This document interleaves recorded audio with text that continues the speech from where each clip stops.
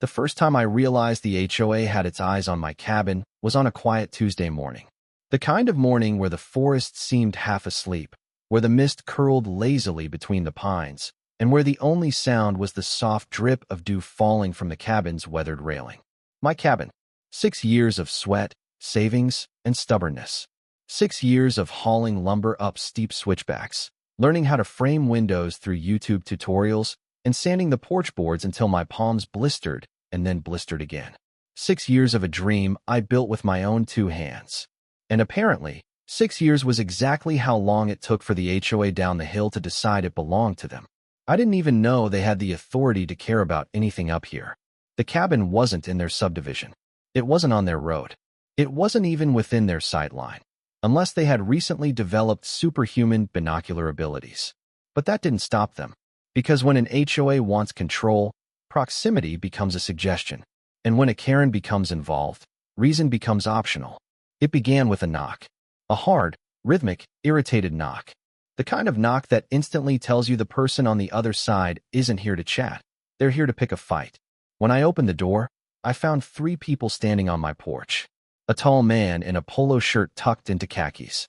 A shorter, nervous-looking woman clutching a clipboard. And then, front and center, the one I would later refer to, at least privately, as the Karen in hiking boots. She wasn't dressed for the woods. She wasn't dressed for anything beyond judging other people's choices. Hands on hips, lips pursed, an expression that said I have arrived, and the world should tremble accordingly. Are you the owner? She demanded. I built it, I said. She sniffed. Not what I asked. I leaned against the doorframe, already tired. I own it too. Her eyes narrowed. Well, that's going to be a problem. The man in khakis stepped forward. I'm Richard, president of the Fairwood Estates Homeowners Association, he said, offering a smile that was trying very hard to be pleasant. I didn't shake his hand. Karen's eyes flicked down to my refusal, like she was mentally writing me a citation. This structure, she said, sweeping her arm dramatically toward the cabin, is in violation of HOA visual standards. I blinked. I'm not in your HOA. Richard cleared his throat. That's the thing. Based on our understanding of the property lines, this cabin actually sits on land that falls under our association's extended easement authority. I felt a jolt of alarm, but beneath it, disbelief. Your understanding is wrong. Karen smiled like someone who had spent her entire life waiting for a stranger to be wrong. Funny, she said. That's exactly what people say right before we issue formal action letters. The clipboard woman looked up nervously. We've already drafted one. My jaw tightened. For what? Karen lifted the paper dramatically. Unauthorized construction. Non-approved materials. Improper exterior color palette. Failure to submit architectural review forms. Encroachment onto HOA-managed land. And, she grinned, non-compliant porch decor. I stared at her. It's a wooden rocking chair. A non-regulation wooden rocking chair, she corrected. Richard coughed again. This will all be cleared up once we confirm the boundary lines, he said. But until then, we're issuing a cease-use order. I actually laughed. You're telling me I can't use my own cabin? Correct, Karen said. Effective immediately. They left the notice pinned to my porch post with a bright orange zip tie. I stared at it for a long time after they walked away, their footsteps crunching down the gravel path like they had accomplished something noble. It was surreal, infuriating. And worse, it wasn't going to end here. I knew that kind of confidence. People like Karen didn't bluff. They steamrolled, unless something immovable stood in their way. I grabbed my phone. There was one person who could help. Old Man Crawford. He was the previous owner of nearly all the land in this area before selling off parcels over the years. If anyone knew the boundary lines, it was him. After 2 rings, he picked up. Boy, he rasped. I was wondering when you'd call. You heard? Everybody heard. Those HOA folks stomped around my driveway like they were serving the Queen of England. They're saying my cabin is on their land. A long pause. Then a laugh. Deep, wheezy, full of disbelief. They're dumber than a busted hammer. Can you prove it? Heck yes I can. There's a survey. A real one. Done before they even paved their fancy roads. My heart kicked. Where is it? In my shed. Under about 27 years of junk. Give me a minute. An hour later, I was standing in Crawford's shed, watching him dig through boxes labeled things like tractor parts probably bad, and receipts I might need someday. Finally, he yanked out a thick rolled tube and slapped it onto a workbench. There, he said, the original land survey. I unrolled it carefully. The paper was yellow with age, the ink slightly faded, but the measurements were clear. Very clear.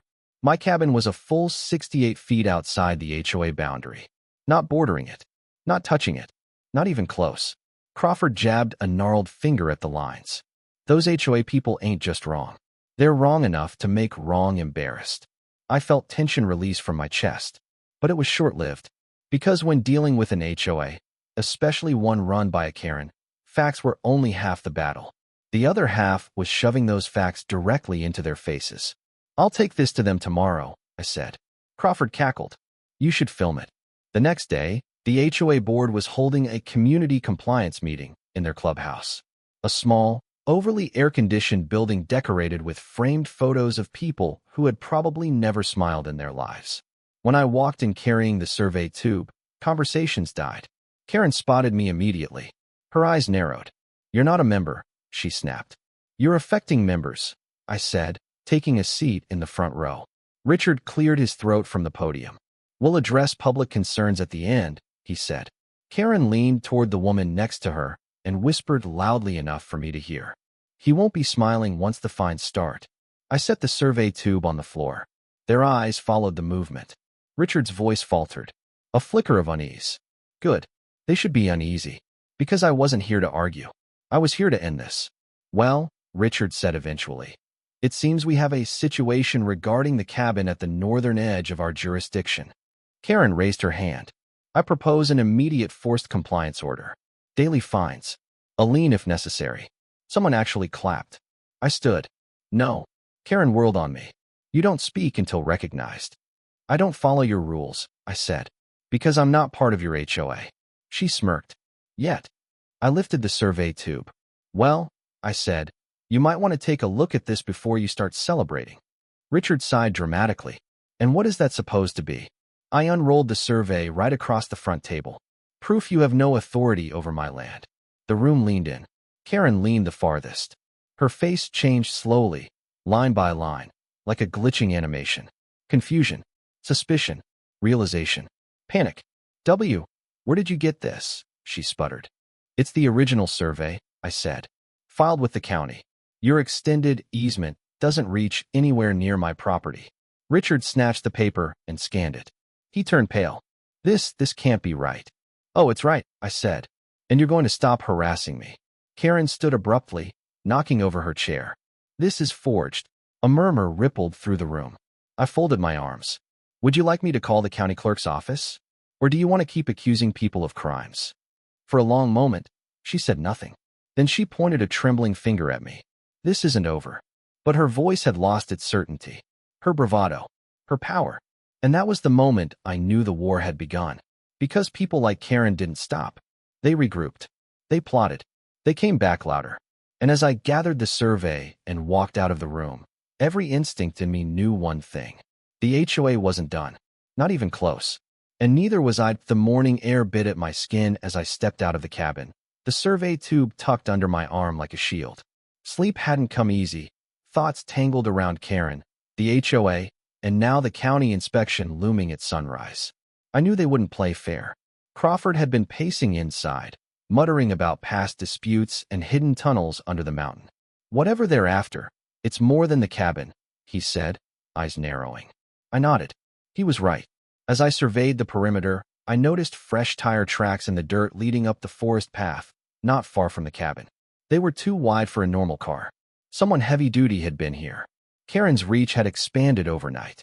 I snapped photos, documenting everything. Every stake, every footprint, every tire mark. If they wanted a battle, they'd have one. I returned to the cabin and checked the doors and windows, locking them tight.